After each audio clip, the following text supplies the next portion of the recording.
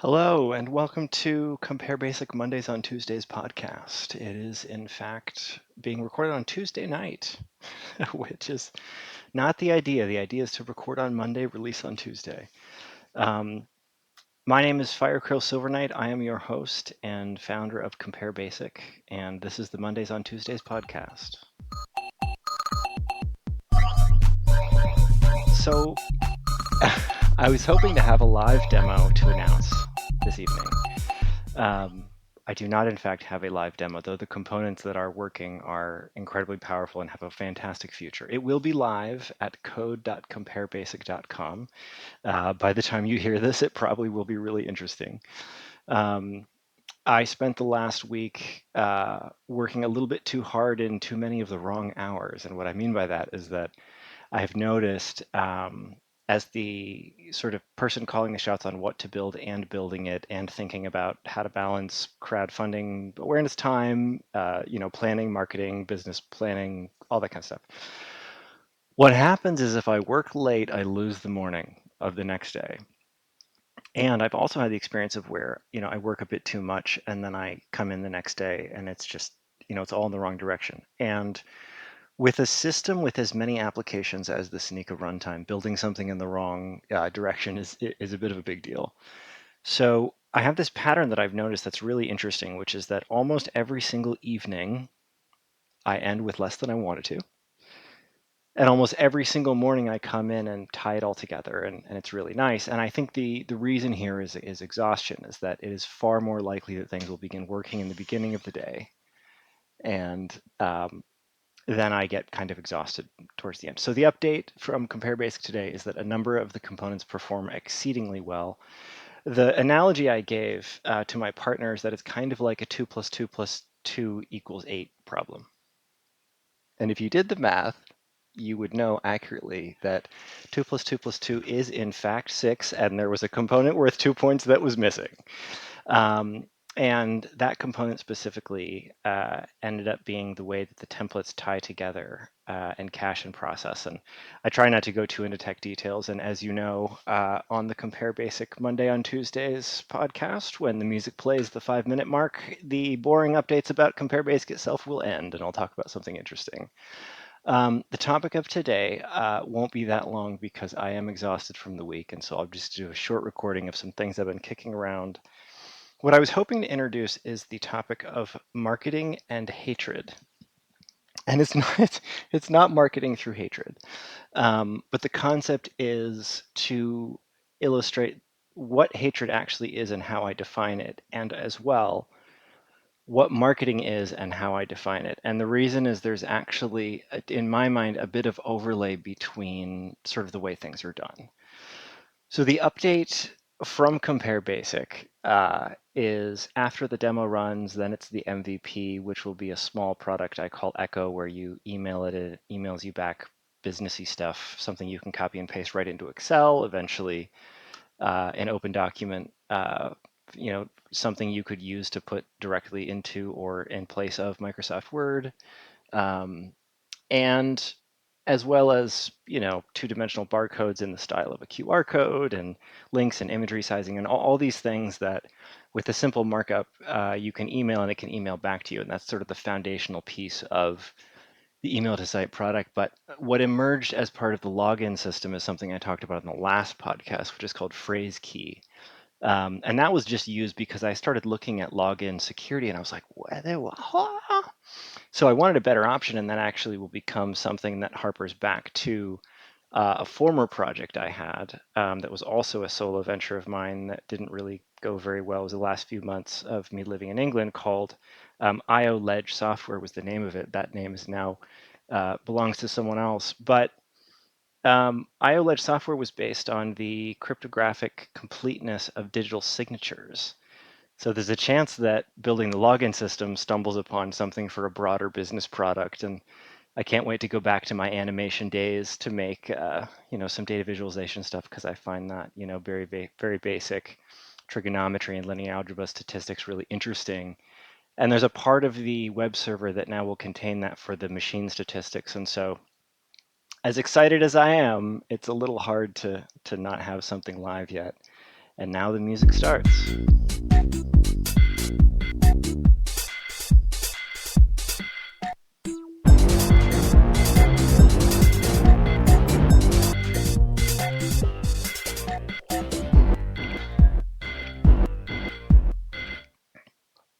All right. All right. So on the marketing front, I'll be honest. I'll try and keep my feelings of hatred towards conventional marketing out of the podcast because I don't think anyone wants to hear that tone from me. I definitely don't want to live in that tone, and I definitely don't want to be in the parts of my life where I did live in that tone. And I'll talk briefly about the reason why marketing and hatred are joined for me. And it really comes down to my sort of love affair with being a lifelong craftsman. I was making things out of duct tape and cardboard before I could make them in the computer. And I was then making things out of, bakeable, sculpey clay. And I've always been sort of a maker, tinkerer person. And the angle on marketing I hear at times is it's a replacement for that value. I have a joke I say that it's somewhat hilarious that the phrase, you got to cover your bottom line is synonymous with business. And the more I learn about accounting, it really is just a balanced ledger of things got to add up. One thing's got to go from one place to the next. And every every business is made of both of those sides. I mean, the top line of the business and the bottom line of the business will together define the entire thing. And so marketing to me seemed kind of like the escape hatch for businesses that had focused too much on their bottom line and cut their staff down to a skeleton crew and then needed to pay someone to, lipstick on a pig style, make it look nice so they can ship it out to people. And so for a very long time, I've had a profound resentment for the idea that marketing was championed kind of as a way to get rid of the craftsman, as a way to like not improve the quality to improve the top line of the business. How, like in a restaurant, it would be how do you cook this so that it has a higher sales value because it's either rich enough that you can serve a smaller portion, which would increase the efficiency. Again, now we're talking about the bottom line, or it's a high price dessert, or it just attracts more sales because it's done better. What service angle? Um, a law firm could do, extensive R&D research that's unbillable, but it makes them knowledgeable enough that they can now have a higher price point because they're seen as more dignified. These are all business things that have nothing to do with the bottom line. They're all about the top line. And so to me, the idea of marketing comes down to one thing that's very, very interesting, which is, um, are you amplifying awareness of some product or service you have done very, very well? Or are you adding a lot of muscle behind something you know have not done well? Do you want to drown out your competitors simply because you believe they are better, or you might know they're better? And are you taking something that is amazing and polishing it and sending it out to the world? And does your marketing highlight the fantastic sides of it? Or are you hiding things that you are nervous about? And I also want to talk a little bit about competition. And this is the segue into the concept of my definition of hatred, which is competition as a word to me is very, very different from the term combat. And I would define it this way. Combat is like, I think, best encapsulated in the phrase of this isn't to get too dark, but it's um, break their knees and crack their skulls and then walk over their dead bodies to get what you want. To me, that's combat, right? Combat is when you are out to destroy. Competition is when someone has raised the bar on something and you then raise the bar on them and they then raise the bar on you, and at the end of the day everybody wins. You win, they win. You're better competitors because of the competition of it. And my best analogy in business is something that I don't have a lot of hard data on, and so I hope this lands well, but I've always wondered why restaurants and car dealerships and retail stores, they seem to appear in clusters. And this is a really interesting question on the subject of how competition is viewed in the business world. Because if you viewed competition through kind of a combat lens of like, we gotta destroy the competitors or they'll take our business. Well, that's very contrary to the idea of people will buy more of our cars if they can go across the street and conclude that they are not the person who wants to drive that car. They are in fact a good customer for us, and vice versa. If someone shows up and genuinely will end up buying the car across the street anyway, and they use our test drive to help include sales across the street. And so I've always wondered if the car dealerships all tend to be in the same area for the purpose that that competition is increasing sales for both car dealerships. If restaurants are an essential area because people knowing there's an area of restaurants increases business for all of them. And that variety and ecosystem is very different than a sort of combat, we're going to squash the competition kind of a thing. And so the reason why marketing and hatred are somewhat linked for me is because there does seem to be a business concept here that is more about tearing people down than it is about growing in fair competition. I mean, the amount of discussion about market share as like winning, as if like bigness and territory is winning. And as a small company, I looked a lot at very niche audiences. And the first thing I found was the power user audience, because the power user audience has really been left behind. And when I go over my economics, I don't need the number of users of sort of the big companies. And if big companies have an established product that has a certain usability and a certain tone, then they cannot afford to offend certain users. So here's how that breaks down. Let's imagine that there is a product that has customers in 60% of American businesses, right? They are far more likely to release features that are generic and general and not super niche. And the reason for that is that if they were to take 3% of their market and lose that, that's a big deal. And so they market to the majority audience that they serve because they serve such a large portion. Now, if someone has no customers, such as Compare Basic right now, um, it's in our best interest to not compete directly with the customers that that large company is competing with. It's actually in our best interest to compete, to serve the 3% that cannot get what they want from them. And that's because we don't have any risk of bothering the rest of the audience. I mean, offending people is never a costless endeavor. I know that one for sure. But what I'm getting at here is that for small companies, for upstart companies that don't have an existing audience that would be dislodged by an interruption to the conventions they expect from a certain product, there is tremendous opportunity. And I would put that it squarely in the category of competition rather than combat, because there's a very high chance that if this was more common, if there were more sort of just like very strange niche products coming out, there could actually be learning opportunities in the entire industry that may not happen if everybody is in a like copycat the big companies, because we can't afford to fall behind. And the big companies are actually like, we really wish we could do some smaller experimental things. It's just that, we've got more to lose by experimenting than we have to gain, whereas a niche company has more to gain than to lose. And the analogy here that I like to use, I call the big pigeon, small pigeon example. The big pigeon, when a human very, very badly for their diet throws down a piece of bread at the park, the big pigeon knocks the smaller pigeons off the piece of bread.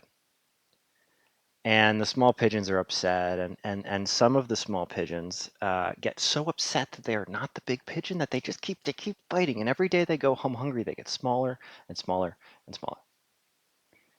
And the more intelligent small pigeons don't even try. They don't try to compete with this big pigeon. They wait for the crumbs to bounce far away, and they know that they are faster than that big pigeon. And they find the small crumbs, and every day they get bigger and bigger and bigger. And one day they're big enough to knock the actual big pigeon off of the larger piece of bread. What happens after that in this story, I don't know. I didn't think that far. But that's what I call the small pigeon, big pigeon analogy. The idea that the small pigeon is the fast one that goes finds the tiny little breadcrumbs that the big pigeon is not interested in, and then slowly grows to become in itself a big pigeon. And what I want to talk about in terms of hatred is the idea of like what is hatred? It's not dislike, it's not discontent, it's not discomfort. It's like a irrational desire to just get rid of something. And I think this only really happens for someone who genuinely feels like there is no way forward with that situation.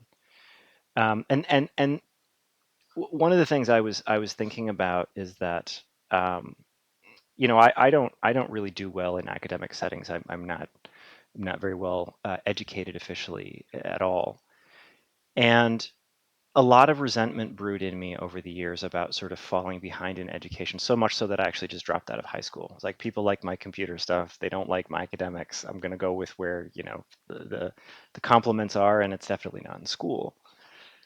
And I think I went into the industry really, really, really with something to prove. And we can say after all these years and what I've built with the sneak of runtime, it's good that I had something to prove. But there were many, many uncomfortable business and to some extent friendship interactions because I was just so so driven, so driven.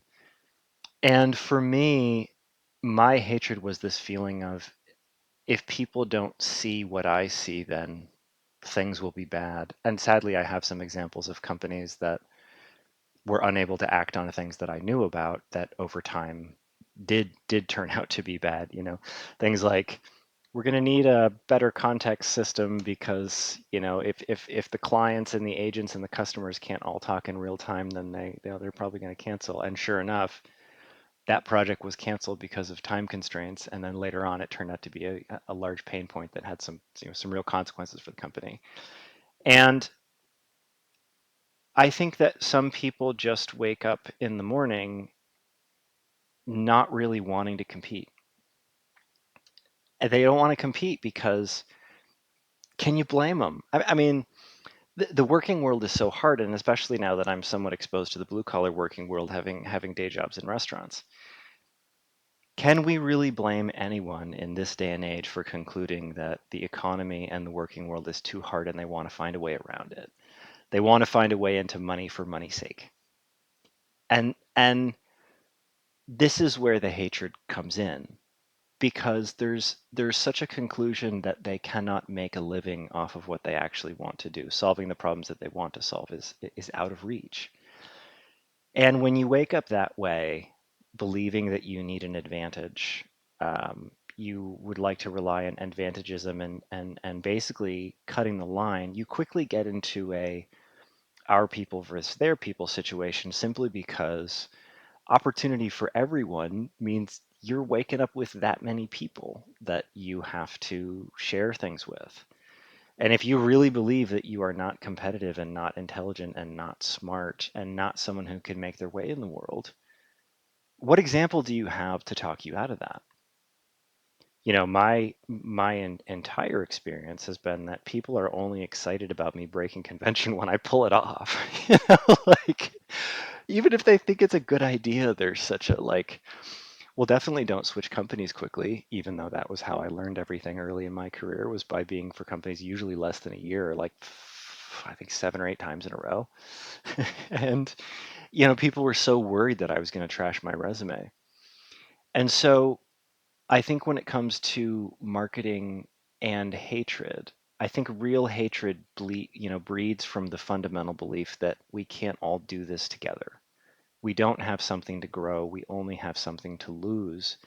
And I think there are certain marketing strategies that pretend that people don't have a good reason for buying something from someone else.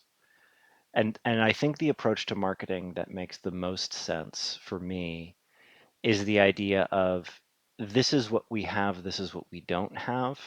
And to extend the car dealership analogy, if you would like to test drive the car across the street to give you a reason to come back to us, please do so. And so that sort of honest, hate-free marketing approach where you really talk about what you have and in some cases what you don't have, I think is what really moves the needles on sales. I met a salesperson at one point that said something I find very interesting. He said, you know, the most important thing in a sales conversation is if you can get the no's to be faster, you can spend more times on the yeses. I thought that was so interesting. You know, like there's such a reputation in salesmanship of talking people into things they don't need. And what he was able to clarify is that, in effect, figuring out that people don't need you can be the best gift of time that you can give yourself because you can then spend time with the people and on the customers that do need you. So I'm hoping that as we round the corner from R&D into building things into sales and marketing, we can roll out things that are either complementary and cooperative and collaborative with other products. I focus quite a bit on transactional formats and things, and partly because I've worked at a lot of companies where simply transforming the API attributes we got from some supplier was a huge problem.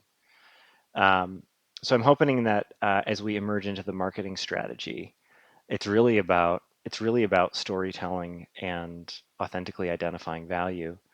And I would encourage everyone to consider that boundary between combat and competition, because I think something's been lost in how the business community so easily talks about market share squashing the competition, and it's not incredibly clear where that goes. And sometimes the best thing someone can do is have a taste of what's out there from other people so that they know what they can get from you.